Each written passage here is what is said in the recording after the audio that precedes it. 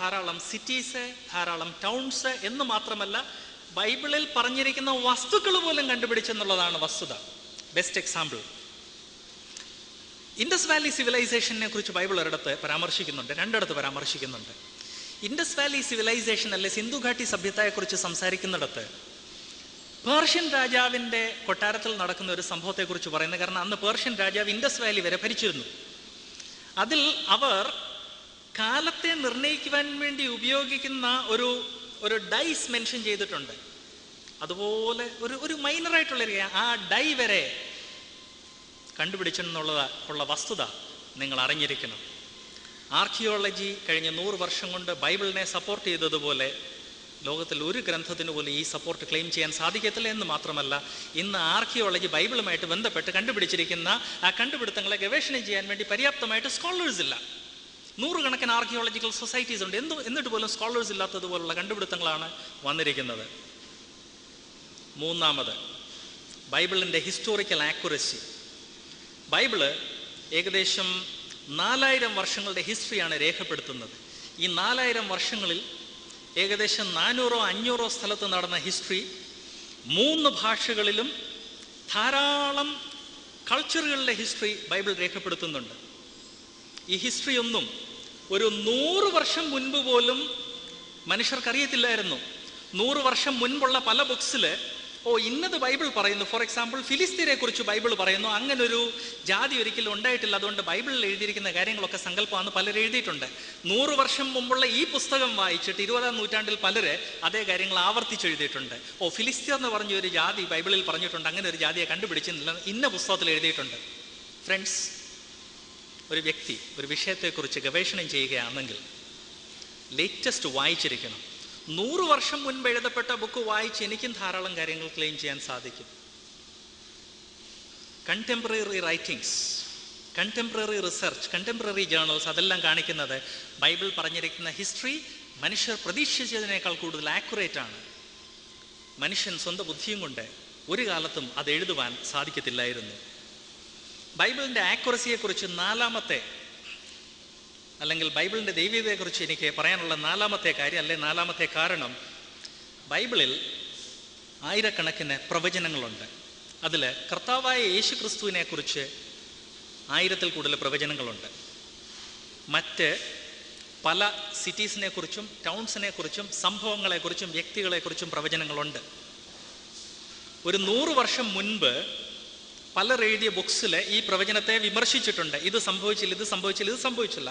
ഇന്ന് ഈ പ്രവചനങ്ങളെ വിമർശിച്ച് എഴുതുന്ന പലരും 100 വർഷം മുമ്പ് അല്ലെ 150 വർഷങ്ങൾക്ക് മുൻപ് എഴുതപ്പെട്ട ആ ബുക്സിൽ നിന്നുള്ള ഉദ്ധരണികളാണ് തരുന്നതെന്നുള്ള കാര്യം ഞാൻ ഓർപ്പിക്കട്ടെ. ഉദ്ധരണികൾ തന്നാൽ. എന്നാൽ കഴിഞ്ഞ 50 വർഷങ്ങളിൽ ഹിസ്റ്റോറിക്കൽ റിസർച്ചസും കൊണ്ട് മനസ്സിലായ ഒരു കാര്യം, ബൈബിൾ ബാബിലോണിനെ കുറിച്ചാണെങ്കിലും ടയറിനെ കുറിച്ചാണെങ്കിലും ജെറുസലേമിനെ കുറിച്ചാണെങ്കിലും വ്യക്തികളെക്കുറിച്ചാണെങ്കിലും പറഞ്ഞിരിക്കുന്ന കാര്യങ്ങളെല്ലാം 100% അതുപോലെ തന്നെ നിറവേറിയിട്ടുണ്ട്. ചില കാര്യങ്ങൾ ഭാവിയിൽ സംഭവിക്കാൻ പോകുന്നതിനെക്കുറിച്ച് ബൈബിൾ പറയുന്നുണ്ട്. അത് ഇതുവരെ സംഭവിച്ചിട്ടില്ല, കാരണം അതിൽ ഭാവിയിൽ സംഭവിക്കാനുള്ളതാണ്. ഫോർ എക്സാമ്പിൾ, കർത്താവായ യേശു ക്രിസ്തു തന്നിൽ വിശ്വസിച്ച് രക്ഷ പ്രാപിച്ചിട്ടുള്ള ഓരോ വ്യക്തിയെയും തൻ്റെ അടുത്ത് റിസീവ് ചെയ്യാൻ വേണ്ടി മധ്യാകാശത്തിൽ വരുമെന്നുള്ളൊരു പ്രവചനം ബൈബിളിലുണ്ട്. അത് നടന്നിട്ടില്ല, കാരണം ആ സമയമായിട്ടില്ല, അത് ഭാവിയിൽ നടക്കാനുള്ള കാര്യമാണ്. 5-ാമത്തെ കാര്യം, ഇന്ന് ലോകത്തിൽ ധാരാളം മതഗ്രന്ഥങ്ങളുണ്ട്. ബൈബിളിന് മുൻപ് എഴുതിയ മതഗ്രന്ഥങ്ങളുമുണ്ട്, ബൈബിൾ കഴിഞ്ഞെഴുതിയതുമുണ്ട്. എന്നാൽ ഇതിൽ ഒരു മതഗ്രന്ഥത്തിന് പോലും ഡോക്യുമെൻ്ററി എവിഡൻസ് ബൈബിളിനുള്ളതുപോലെ ഇല്ല. ഒരു റിലീജനുമില്ല. ബൈബിളിൻ്റെ ആദ്യത്തെ പുസ്തകം ഉൽപ്പത്തി ഏകദേശം 4000 വർഷങ്ങൾക്ക് മുൻപ് എഴുതപ്പെട്ടു. ലാസ്റ്റ് ബുക്ക് 2000 വർഷങ്ങൾക്ക് മുൻപ് എഴുതപ്പെട്ടു. അങ്ങനെ 66 ബുക്സിൻ്റെ ഒരു സമാഹാരമാണ്. ഈ 66 ബുക്സിൻ്റെ 25,000 മാനുസ്ക്രിപ്റ്റ്സ് ഇന്ന് എക്സിസ്റ്റൻസിൽ ഉണ്ടെന്നുള്ള കാര്യം നിങ്ങൾ അറിഞ്ഞിരിക്കണം. സ്പെഷ്യലി ചിലർ ബൈബിളിൻ്റെ ഈ ആക്യുറസിയെ തള്ളി പറയുവാൻ വേണ്ടി ഇങ്ങനെയുള്ള കാര്യങ്ങൾ മറച്ചു വെക്കുന്നവരുടെ റൈറ്റിങ്സിൽ. അതുകൊണ്ട് എൻ്റെ ഫ്രണ്ട്സ് ഒരു പ്രാവശ്യം കൂടെ അറിഞ്ഞിരിക്കണം, ക്രിസ്ത്യൻസും മുസ്ലിംസും അറിഞ്ഞിരിക്കണം, ബൈബിളിൻ്റെ 25,000 മാനുസ്ക്രിപ്റ്റ്സ് ഇന്ന് ലഭ്യമാണ്. ആയിരക്കണക്കിന് സ്കോളേഴ്സ് ഈ വിഷയത്തിൽ ഗവേഷണം ചെയ്തിട്ട് പോലും ഈ മാനുസ്ക്രിപ്റ്റ്സ് കംപ്ലീറ്റ് എക്സോസ്റ്റ് ചെയ്യാൻ വേണ്ടിയുള്ള മാൻ പവർ ഇല്ല. അതുപോലെ ബൈബിളിനെ കുറിച്ച് മാനുസ്ക്രിപ്റ്റ് എവിഡൻസ് ഇന്നുണ്ട്. സോ ബൈബിളിൻ്റെ ദൈവികതയെക്കുറിച്ച് ചർച്ച ചെയ്യുമ്പോൾ നമ്മൾ ഓരോരുത്തരും മനസ്സിലാക്കിയിരിക്കേണ്ട കാര്യം, ധാരാളം കാര്യങ്ങൾ പറയാൻ സാധിക്കുമെങ്കിൽ ഈ 5 പോയിന്റ് മനസ്സിലാക്കി അതിൽ ഒരു പോയിന്റെങ്കിലും വ്യക്തമായിട്ട് നിങ്ങൾക്ക് വേണമെങ്കിൽ അത് പരിശോധിച്ച് നോക്കിയാൽ വസ്തുത എന്ത് എന്നുള്ളത് നിങ്ങൾ മനസ്സിലാകും.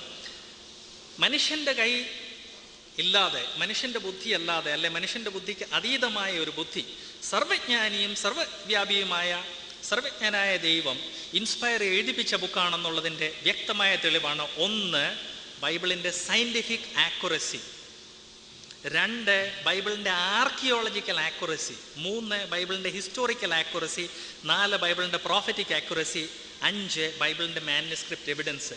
ഒരു പ്രാവശ്യം കൂടെ പറയട്ടെ: ശാസ്ത്രപരമായ കൃത്യത, പുരാവസ്തുപരമായ കൃത്യത, ഹിസ്റ്റോറിക്കലായിട്ടുള്ള കൃത്യത, പ്രവചനപരമായ കൃത്യത, മാനുസ്ക്രിപ്റ്റ് അല്ലെങ്കിൽ കയ്യെഴുത്ത് പ്രതികളുടെ തെളിവ്. ഇങ്ങനെ 5 കാര്യമേ ഞാൻ ഇന്ന് പ്രസൻറ്റ് ചെയ്യാൻ ആഗ്രഹിക്കുന്നു. ഓണസ്റ്റായിട്ട്, സിൻസിയറായിട്ട്, എൻക്വയറിങ് മൈൻഡോടെ ആരെങ്കിലും ബൈബിളിൻ്റെ ദൈവികതയെക്കുറിച്ച് മനസ്സിലാക്കാൻ ആഗ്രഹിക്കുന്നെങ്കിൽ ഈ 5 തെളിവുകൾ പര്യാപ്തമാണ്.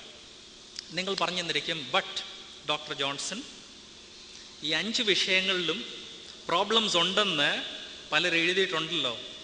എഴുതിയിട്ടുണ്ട്.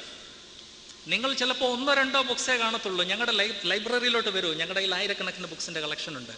ക്രിസ്ത്യൻ കമ്മ്യൂണിറ്റി ഈ വിഷയങ്ങളെക്കുറിച്ച് വളരെ തുറന്ന സമീപനമാണ് എന്ന് മാത്രമല്ല, ഞങ്ങളുടെ തിയോളജിയിൽ ഒരു സബ്ജക്റ്റ് തന്നെയാണ് അപ്പോളജറ്റിക്സ് എന്ന് പറഞ്ഞാൽ. അപ്പോളജറ്റിക്സ് എന്ന് പറഞ്ഞു കഴിഞ്ഞാൽ ബൈബിളിൻ്റെ സയൻറ്റിഫിക് ആക്യുറസി, അതിൽ MSc PhD ഡിഗ്രീസ് അവൈലബിൾ ആണ്.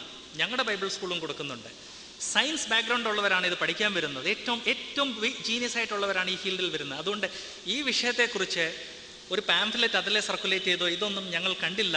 അതുകൊണ്ട് ഞങ്ങൾക്ക് തെറ്റിദ്ധാരണയാണ് നിങ്ങൾ ചിന്തിക്കരുത്. നേരെ മറിച്ച് ഞങ്ങൾ ഈ വിഷയങ്ങൾ വളരെ ഡീറ്റെയിൽ ആയിട്ട് ഡിസ്കസ് ചെയ്യുന്നതുകൊണ്ട് ഓരോ വിഷയത്തെക്കുറിച്ച് ഗവേഷണം ചെയ്ത് പ്രബന്ധങ്ങൾ എഴുതുന്നുണ്ട്. അതിൽ ചിലത് ഞാൻ ഓർപ്പിക്കട്ടെ. എസ്പെഷ്യലി ഈ വിഷയത്തെക്കുറിച്ച് മലയാളത്തിൽ ബുക്സ് നോക്കിയപ്പോൾ ഇന്ന് മലയാളത്തിലുള്ള ഏറ്റവും കോംപ്രിഹെൻസീവായിട്ടുള്ള ബുക്ക് എൻ്റെ ദൃഷ്ടിയിൽപ്പെട്ടത് ഈ കാണുന്ന ബുക്കാണ്, ബൈബിളിൻ്റെ ദൈവികത, വിമർശനങ്ങൾ, വസ്തുതകൾ. ഇതിൽ നിന്ന് ഈ പുസ്തകത്തിൻ്റെ സ്കോളർലി ലെവൽ അല്ലെങ്കിൽ ഇതിൻ്റെ ആക്യുറസി, ഇതിൽ നിന്ന് 5-6 കാര്യങ്ങൾ മാത്രം എടുത്ത് നിങ്ങളെ കാണിക്കാൻ ആഗ്രഹിക്കുന്നു.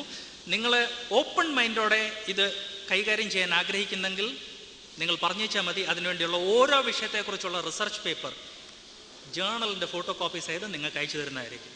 Number 1, Bible